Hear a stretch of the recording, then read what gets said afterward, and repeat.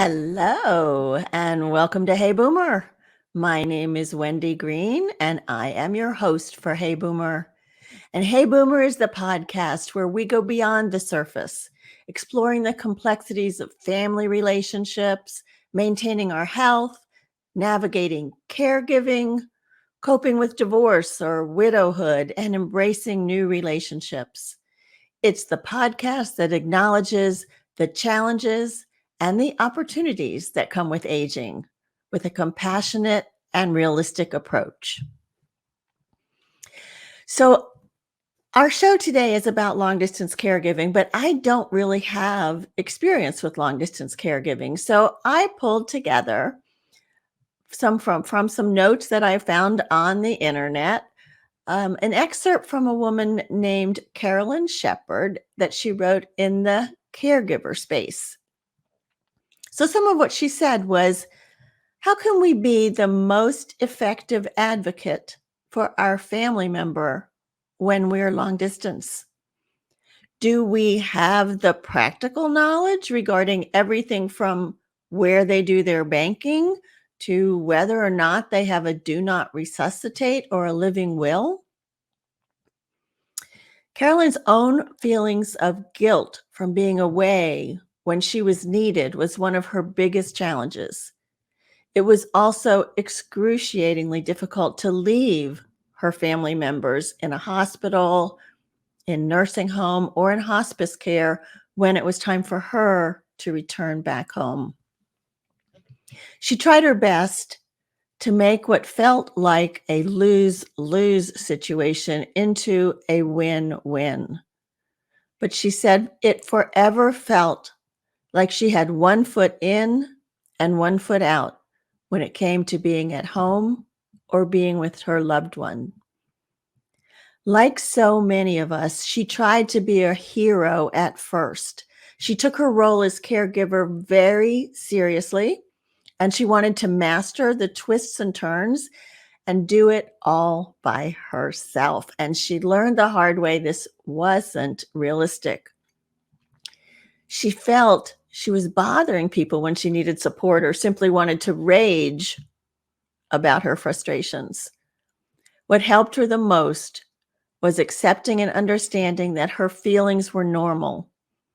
She learned that taking breaks was necessary, warranted, and okay. Even when she couldn't be there, she checked in daily with family members and the staff caring for them. And her calls let those caring for her family know that she was concerned and vested in their well-being, even when she wasn't there. Our guest today, Ellen Belk, lived through a long-distance caregiving experience with her father. This experience changed the trajectory of Ellen's career. There is so much that we can learn from her and that I know we're going to. So be sure to share your questions in the chat as they arise and share this episode with your friends, anyone that you know who is a caregiver from a long distance or who may become a caregiver from a long distance. Our topic today, long distance caregiving, is the perfect segue into our new sponsor, CareLink 360. So if you're a long distance caregiver and you want to connect face-to-face with your loved one, the digital health companion from CareLink 360 is a safe, secure, and easy-to-use device that fosters regular social interactions. In addition, and this is part of why I got so excited about this product, CareLink 360 can provide over 400 health and wellness modules. They talk about things like the different disease states, the patient's interests. They have games that go along with their capabilities. They include tools for brain and body fitness, exercise programs, speech improvement skills, cognitive, physical, and occupational skill development.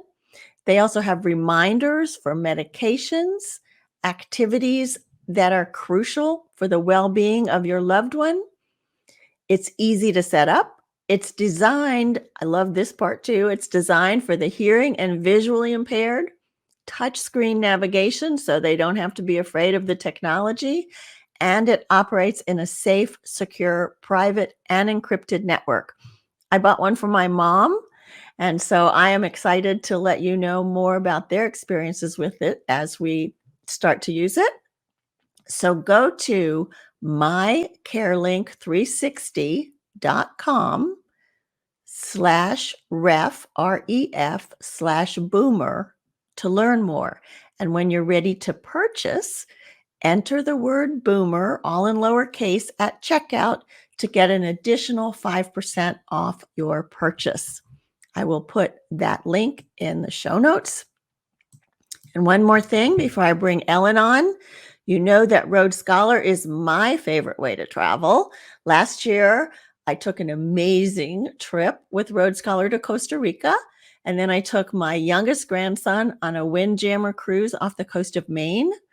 It was fantastic. The food on every trip is amazing. The guides are so knowledgeable. Everything is taken care of. I love traveling with Road Scholar. This summer, we're going on a trip to Quebec. So I'll be glad to tell you all about that once we do that. They are the not-for-profit leader in educational travel for boomers and beyond. And they have travel opportunities to all 50 states and over 100 countries. So go to roadscholar.org/heyboomer. And you got to put the /heyboomer so that they know that you heard about it from our show. All right, let me bring Ellen on and do a brief introduction. Hello, my friend. Hello. So glad you could join us today. I want to go on a trip right now after that. I know. You got to come with us on our next trip. That sounds like a great organization. Oh, it's And of amazing. course, Careling 360, who I'm a fan of as well. I know you know them too. Yeah. So Ellen Belk has 20 plus years of operational experience in senior housing as a holistic dementia expert, author, trainer, and influencer. And boy, is she an influencer. She has got so much information on her website and on LinkedIn. Ellen is a dynamic speaker, a recognized expert in aging and dementia care. She's the founder of the KIM Academy, which stands for Keep in Mind, KIM, which is an online dementia education platform. She was a long-distance caregiver for her dad, and now her mom is living close by, so she is what I guess I would call a close caregiver for her mom.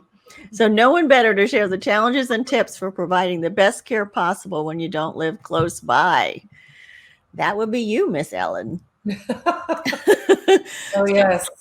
So tell me how this journey started. I mean, you were not in this business when your dad got sick.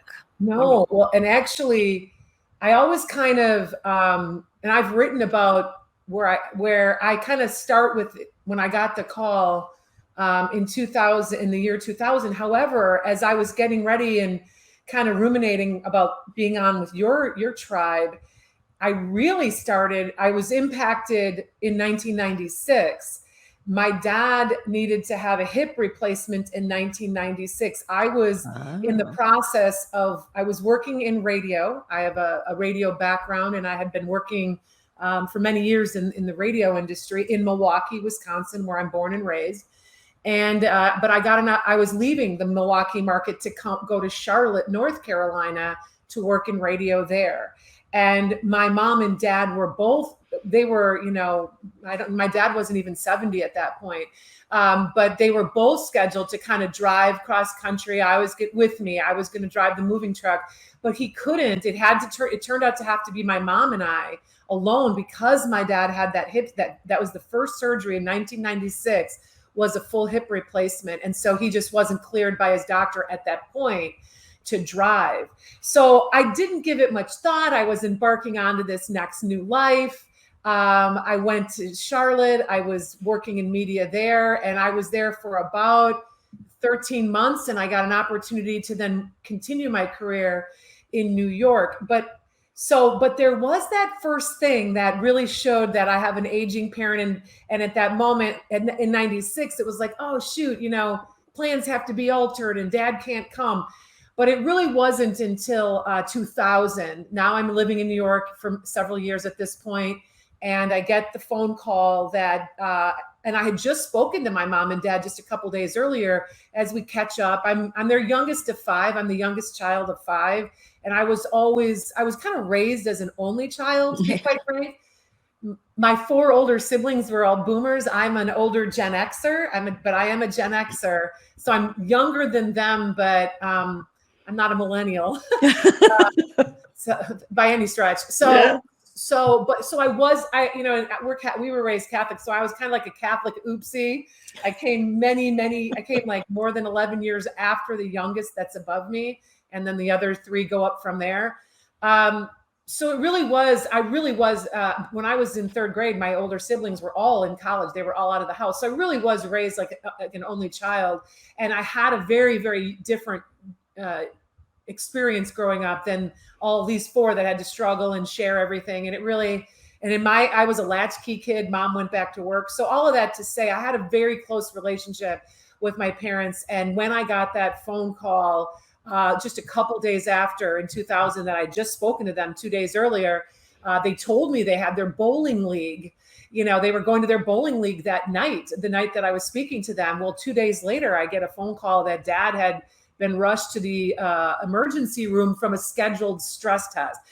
I did know that he was having a stress test 2 days after the bowling. It was just trying to stay in charge of his health. He wasn't experiencing any issues, but he needed ultimately that resulted in a quintuple heart bypass surgery.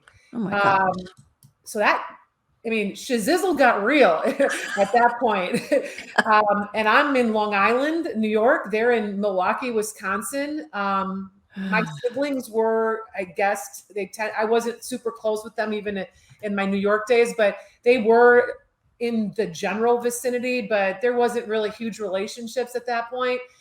So honey, I'm on a one-way flight as fast as I could get to it. I had to drop everything. And in those days, I was speaking for a living. I had to cancel 4 speaking engagements of that week. With my income, and so you just don't think about it. But when I look back, it's like, oh man, that, it impacted me financially, obviously, but you don't think about that.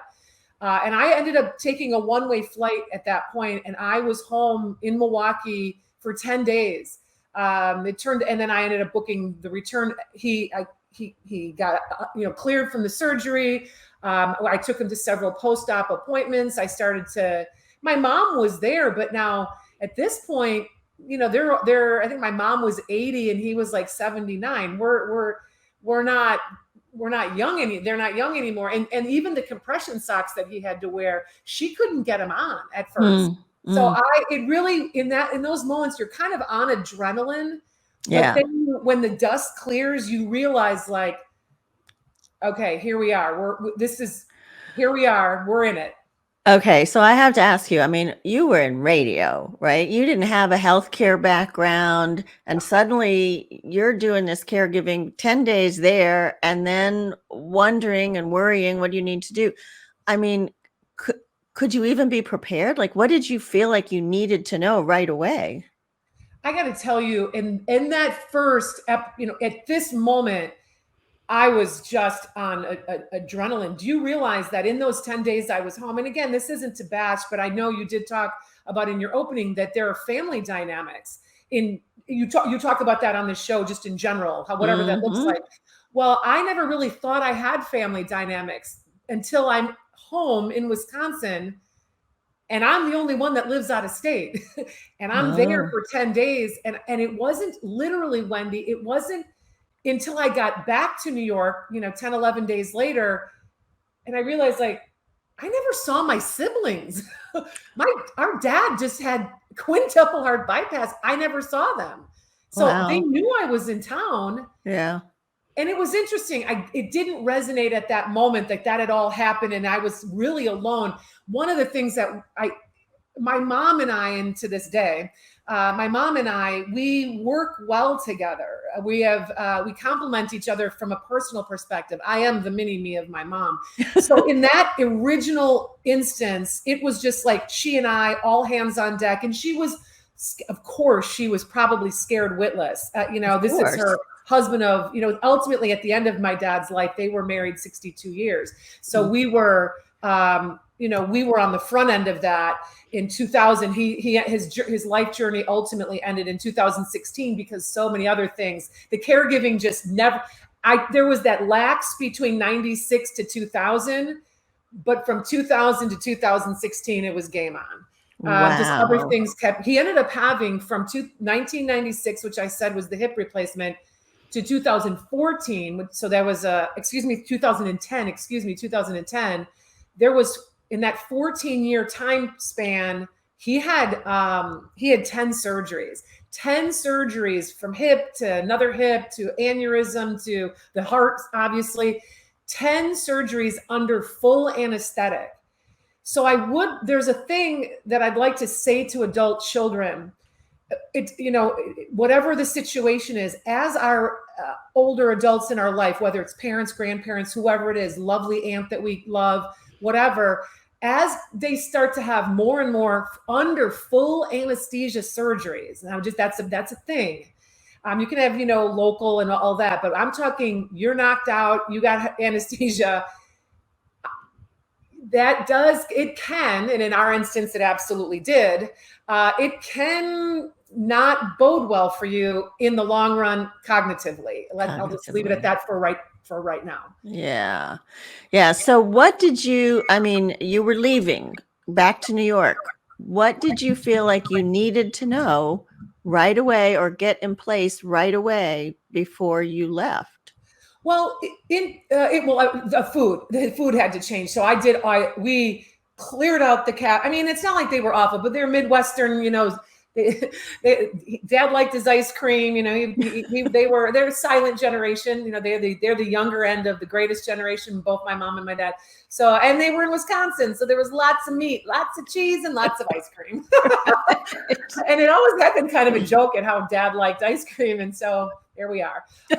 So I had to, and I when I look back, I did a lot of grocery shopping. We reached that one of the post-op appointments was his new cardiologist. Now he's got a cardiologist. So I met him in person, got all the, the other thing I will say, that if you're like me and you knew you're going to get on a plane, I did have the wherewithal to know that I needed to be I needed to be able to call. I needed to get on that doctor's office. They needed to be able to give me information because I wasn't going to be there all the time. I knew that instinctively, weirdly, who knows how. Now as a person on the inside, I've been on the inside of healthcare now. I recommend that to any adult child. Get the clearance at any doctor. I don't even care if it's at a podiatrist that your loved one sees. Be sure that your name is on that end so that you can call. And they've got you listed as someone that can have their information, get information if you're not around. So I was able to do that with this cardiologist, got to know the nurses in this visit. We had several appointments in that 10 days that I was there, at least 2. So changing the food, because he had given us a whole laundry list of stuff. And at this point, I think my mom was a little overwhelmed. She was just trying to make sense of this. She was probably seeing, what is this future going to look like now? So there was still, this was the hip replacement was a thing. But right. Quintuple heart bypass surgery. It's pretty serious. Yeah.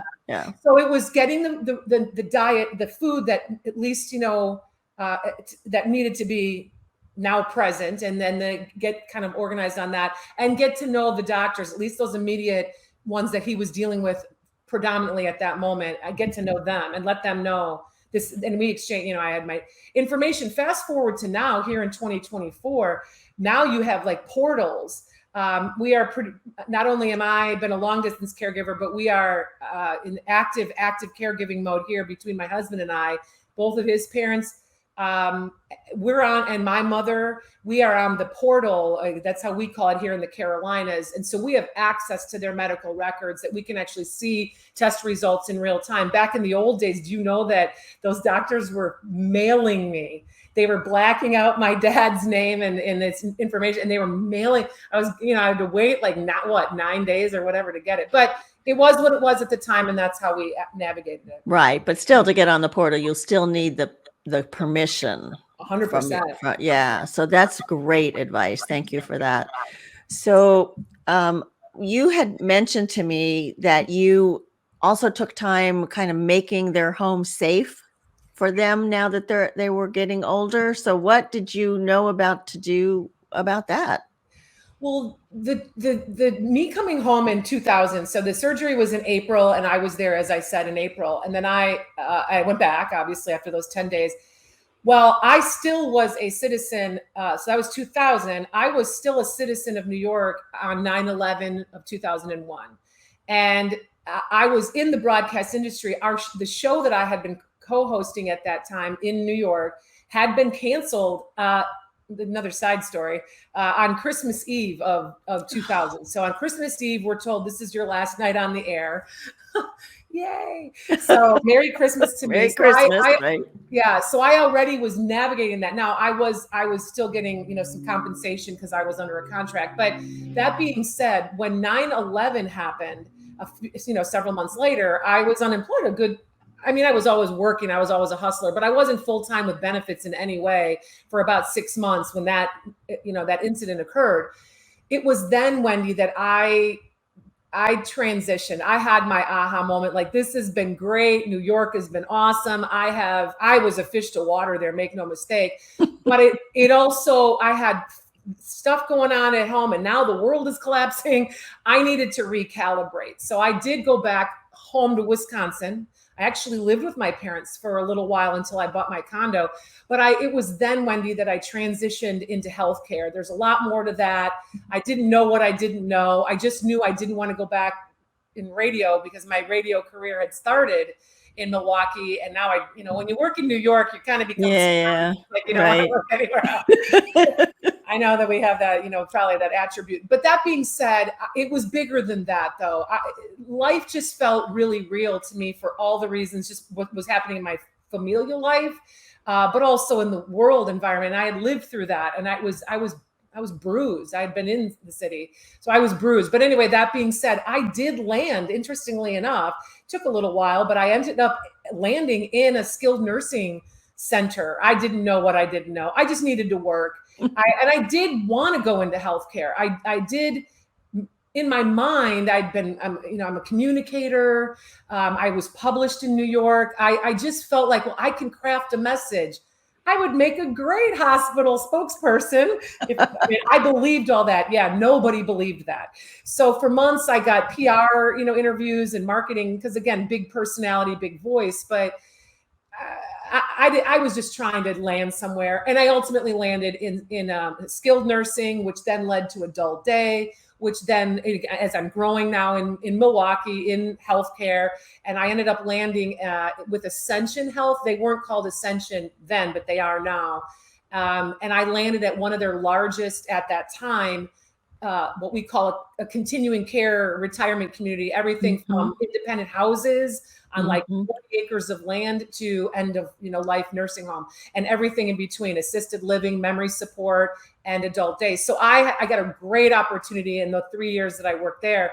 So I tell you all of that because now I am back in Milwaukee. I am now in senior living, and I'm getting a foothold there. And it was with that job with Ascension, which is where I picked a lane. I finally was picking a lane now, and it was dementia.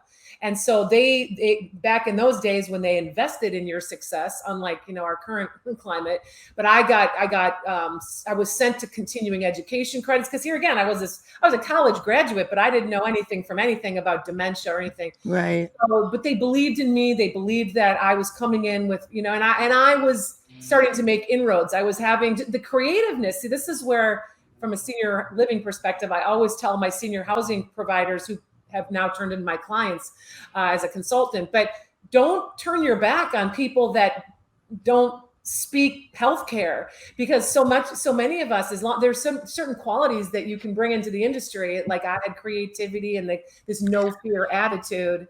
Okay, but let's get back to I'm sorry. the So, long distance care, right? The long distance I care. was So what do you need to do when you're not there, you're traveling back and forth? What do you need to do to make sure your parents or your older sibling or aunts are getting the care they need? Well, I did stay in Milwaukee for 3 years. I was still about 45 minutes away, but ultimately I did move again. So 17 of my 24 years have been long distance. Let me just put it that way. There was a brief hiccup there while I was local with mom and dad. Okay. And so it was in that time that I was now in the industry. So when I then moved away, coming back to the Carolinas, he was in decent shape. We ebbed and flowed. And I did move again, but things really started to get real again around 2010, 2012. The last surgery was an aneurysm, a hernia surgery that turned into him having hallucinations everything went sideways after that. So you're asking me, now I'm in the industry though. So I'm in the industry as I've now moved to the Carolinas and I'm working for major people. So I knew to start to build the team. I do see someone in the comments asking if the connection has improved with my siblings. Unfortunately, it has not. Two of my siblings have passed away. That happened during these years. And my two remaining are still back in Wisconsin. And my mom lives here now as of 2020. During the global pandemic, I moved her here. But to what people need to know is tell me about the team. Like what kind of team did you need? Because I wasn't having the familial support, I had to get to know the players around. So for example, they lived in a condo at this point. My parents did. I had the phone numbers. They had like a roster of people that all lived in this condo. There were two in particular, one on either side of my parents. I let them know, can I please have your phone numbers? I have your phone numbers. Mom's given them to me, but I want you to know that because I'm in South Carolina, you're here. And they were all very aware of what was going on. So there came points where they were bringing food over to my mom and dad. They took when the COVID happened and my dad was gone and my mom was still there. The neighbors were taking her grocery shopping. So that went on for many, many, many years. To this day, I'm still in touch with both of those people. Oh, that's great. Still keep track of my mom, who's now long distance. Yeah. Number one. Number two, the team. As my parents are now getting older, my dad was finally diagnosed with Lewy body dementia and Parkinson's at the age of 82. So and my mom was 83. I started to look at the service providers. I knew, and we need to know that if it's an adult elder spouse caring for another spouse, you guys, the statistics are very, very high that the intact caregiving spouse often passes away first because of the stress, because of the care duties. I was very panicked that now dad has dementia. Mom at 82 is caring for him. And where's this going to go? So you should always know about your area agency on aging. Area agency on aging. There is one in every county in this country. You look it up. You find the one that's closest. Just Google area agency on aging and the zip code of where your loved one is. They can tell you about meal delivery, adult day service programs. At that time, they sent me a booklet. So I had the whole binder. There was a car service, which we actually had to use a couple years into this, because we sent dad to an adult day that I found through the area agency on aging. And they had a car service that took him there. So mom could at least get 6 hours of respite on the days that dad went to adult day. And they bathed him at adult day. Oh, really? So it was huge, because the bathroom is another place where you don't want your loved ones the highest risk of fall is there. So we were trying to I was trying to build a team of providers, of neighbors. I got to know all the new doctors, and so I had them and just Excellent. stay in touch with them and involved with them. Yeah, and I see Maureen asking about elder care attorneys. 100%. Here's the deal on that. When my dad was still with us, I started with financial planner. Very, very good question, Maureen. I started with a financial planner because, interestingly, my dad was the guy managing the finance with the finances. Right, So not unusual. we started there. It was going to tap into him. I just wanted them to hear. Part of the thing is I didn't want them, you don't want to make decisions in crisis. So I'm telling you that, yes, he was moving slower. Yes, there was a Parkinsonian diagnosis, but he was still very able-bodied. We were still going to the grocery store. He would just use his walker. So you want to put these things in place and make decisions proactively before you're in crisis, because the crisis will come. So we did meet with financial planners. They had, and in doing so, you guys, in doing that, I got a sense of what the financial outlook was. So I knew I started to get a peek behind the curtain as their youngest child, of proud, silver, silent generation people who don't talk about money with their children. I at least had an idea of what we were working with. And then to Maureen's point, it was after my dad passed away. And so now that got in 2016, my mother, who was 87 at the time, now is a widow back in Wisconsin. And I'm still in South Carolina. So I still, for the next 4 years, was long distance with her. But I was able to get her to get an elder law attorney, because now dad is no longer there. And I knew I was going to have some issues with my siblings. And now there's only 3 of us left. And I'm the one that's been heavy lifting for all these years. That elder law attorney thing was amazing because mom was able, when there's no crisis, she's still very healthy to this day. She was able to make her choices. What goes where? How does this look? How does this get divided? These are my wishes. I'm her power of attorney of both finance and health. She named her secondary, cut and dry. And that's been huge, huge help, to have those things in place when you're not in a crisis situation. Yeah, I think that is so important. So you've mentioned your mom a couple of times and you got her to move closer to you.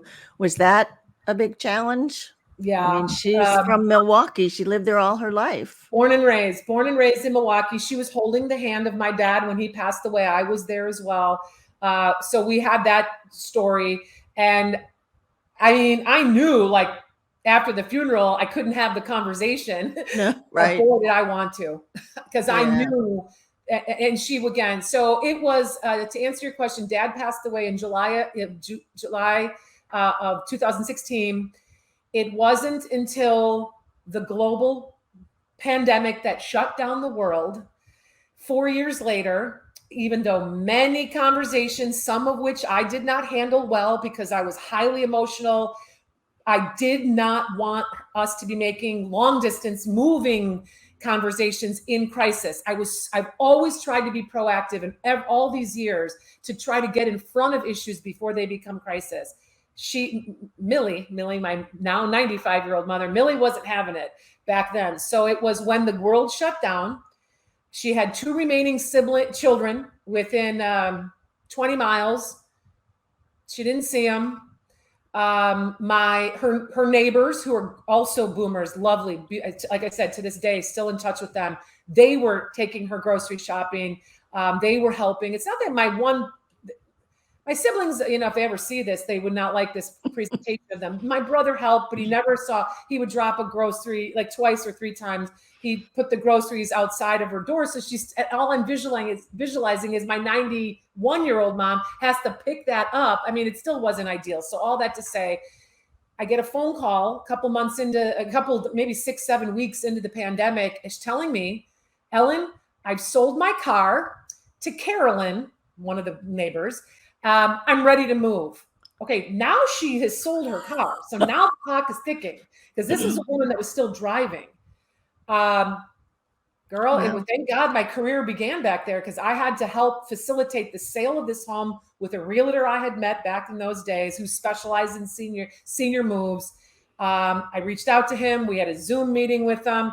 we signed him. I had to fly back home. We signed him. Mom got engaged with this realtor who specializes in senior moves.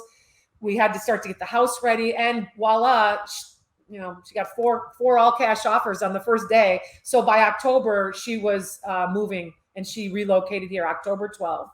Well, I'm glad to hear that she's there with you, but clarify or edify me. What does it mean to be a senior move specialist? What do we have to think about with that? Yeah, well, he's someone that I knew for so many years, and he's not, his particular company isn't exact senior move management. I know many more of them now, even in my local market.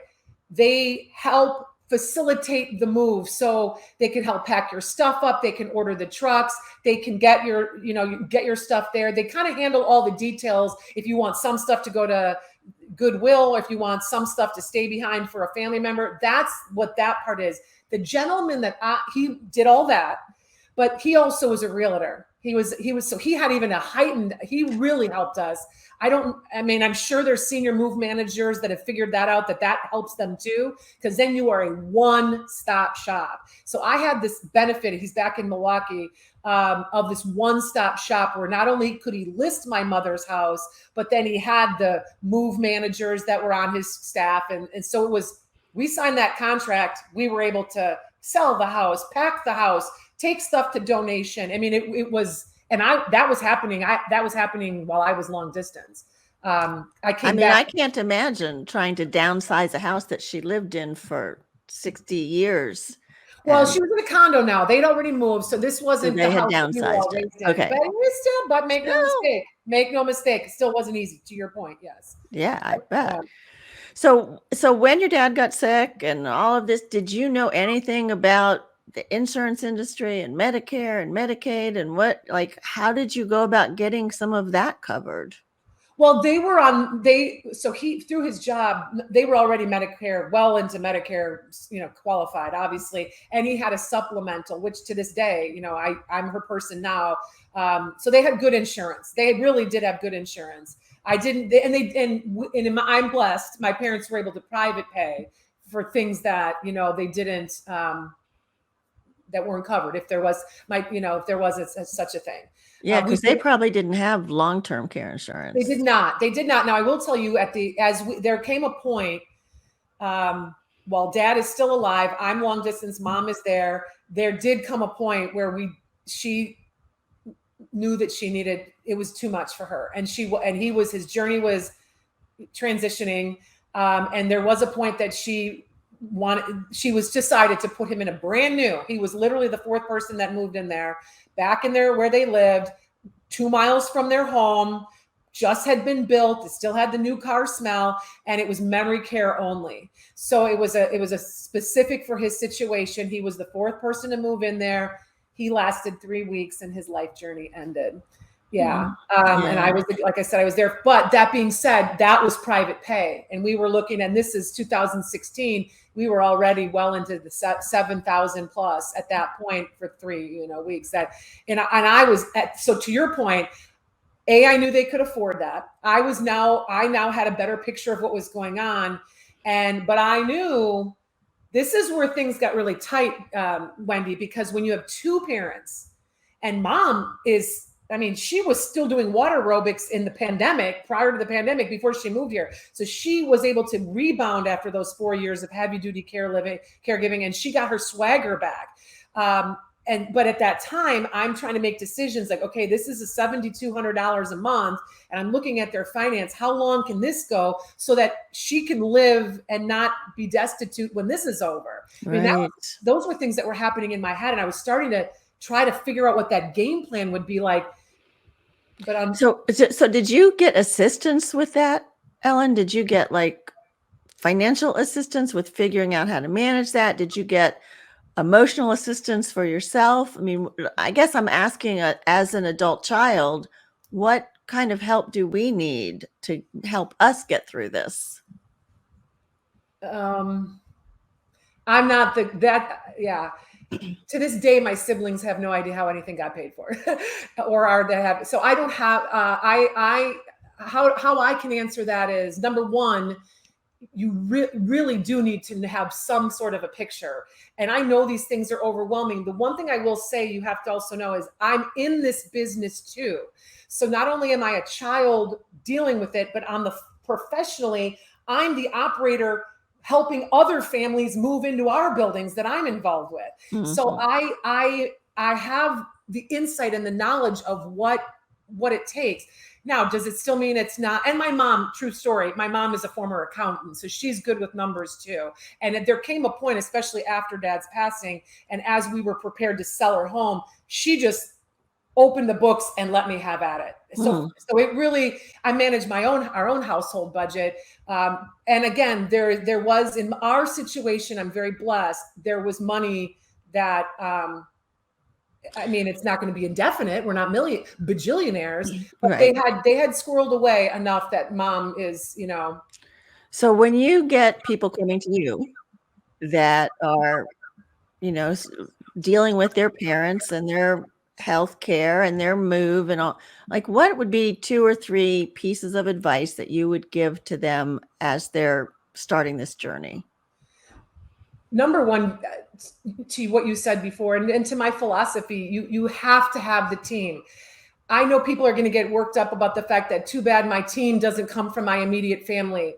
Make no mistake, I have shed many tears about that along the journey. But now I'm so many years into it. And quite frankly, my husband said something at one point, you know what? You got to get over that they're not on your team, because quite frankly, when they are on the team, it sets us back many steps. And so I have found a way to move on. But that being said, you still have to have your team. If you are blessed enough, it could be your sister, your cousin down the block, your grandma, or whatever, whoever it can be, neighbors, clergy, women from the women's group, whatever the team looks like. There's no one size fits all. Your team has to work for you. So you have to know that you can't do it alone. When Mom was alone back in Wisconsin, I did encourage her to get a housekeeper. That was another bridge too far. She didn't want to do it, but she did agree to it for once a month. I was getting baby steps with her because, again, there was things that was happening that she needed some help with as we got close to her moving here. Yeah. So get your team in place, number one. Number two, absolutely proactively think about, be proactive. Try to be 2 steps ahead. You made reference to the safeguarding of the home. When my dad was still alive and my mom was his caregiver back in that condo back in Wisconsin, and he had a shuffle gait and was walking now with a rollator, the rolling, walker, that bear rug in the family room had to go. The rug in the entryway, it was a low pile, but still his walker could get stuck on that coming over the lip of the door. All things that seem so simple. You cannot believe, if you are hearing me and you start to think about fall trip hazards, too much clutter, too much spoiled food, if you start to eliminate and get in front of where you're starting to see, oh, they're getting up in the overnight multiple times to go to the bathroom, let's make sure there's motion lights so that when Dad got out of bed, that motion light popped on and he had a pathway to the bathroom. Something so simple, you are really extending the life of the success, especially of movement, for your loved ones in your home. Whatever their situation is, whether there could be diabetes, obesity, whatever it is that could cause some problems. Now they're shrinking because of osteoporosis, but everything I have to reach to top shelves, let's move that stuff down. Let's reconfigure. Try to look at the space where your elders are living with a very discerning eye and look for all the hazards. You don't want it to happen, but you're trying to figure out what I'm talking about. So that's number two. Try to make their existing living environment as safe as possible so they can stay there safely as long as possible. And number three, give yourself some grace. To your point with the woman you talked about on the front end, and everyone wants to do it all. You're going to have to offload some stuff. You're going to have to pay. You have to be okay paying if you can. And there are if finances are an issue, right, there are ways around that as well. But you're going to need some outside services. Yeah. And June reminds us that the area on age, what is it? area agencies Agency on Aging. Yeah. on aging are very helpful, at least as far as the resources that they can provide. Yeah. No, I swear by them. I Yeah. swear by Yeah. So this has been very helpful. And if you want to know more about what Ellen is doing with the dementia training and educational resources that she has, you can find all of that on her website, keepinmindinc.com, which I will also put in the show notes. And she also said you can email her at ellen.belk@keepinmindinc.com. And yes, June, she did mention that anesthesia seems to be a real concern for seniors, particularly as we get older and older, the impact of that. So yeah. Ellen, this has been great. I have appreciated all of the comments that everybody has shared with us. So many takeaways. I'm going to have to work on pulling all of this together to make it so people can find all of this. So much. Thank you so much. Let me remind you about our new sponsor, MyCareLink 360. And you can find all of the things that they offer by going to mycarelink360.com/ref/boomer, and then enter the word boomer all in lowercase at checkout to get 5% off of that. And also, please, when you're thinking about travel, go check out Road Scholar. Go to road, ROAD, scholar.org/heyboomer and plan your next trip. All right, so next week, we've been talking about caregiving for the last 4 weeks, I think it is. Really been helpful, impactful conversations. I appreciate all of the guests we've had on. Next week, we're shifting gears a little bit, and we're going to talk about how things change in our relationships as we get older, particularly around some of the longer term relationships. So next week, we're going to start that series by talking about something we probably don't want to think about, but gray divorce seems to be, that means divorce for people over 55, 60 seems to be on the rise. And so I contacted a woman, Dr. Eleanor Robin, who is an expertise in the area of personal and professional relationship conflict. She is also a divorce mediator, which means you can actually have a friendly divorce, low conflict divorce. So I'm looking forward to introducing you to her and some of the ways that you might resolve conflict and maybe not even get to the divorce. That's what we hope. Okay, so each episode of Hey Boomer is an invitation to listen, learn, and apply the wisdom gained from the episode to your own life. The path ahead may not always be easy, as Ellen was describing, but it's traveled best with support and shared insights. Ellen, thank you so much. My name is Wendy Green. I am your host for Hey Boomer, and the music at the front end was written and performed by my grandson, who is a student at the University of North Carolina School of the Arts. See you next week.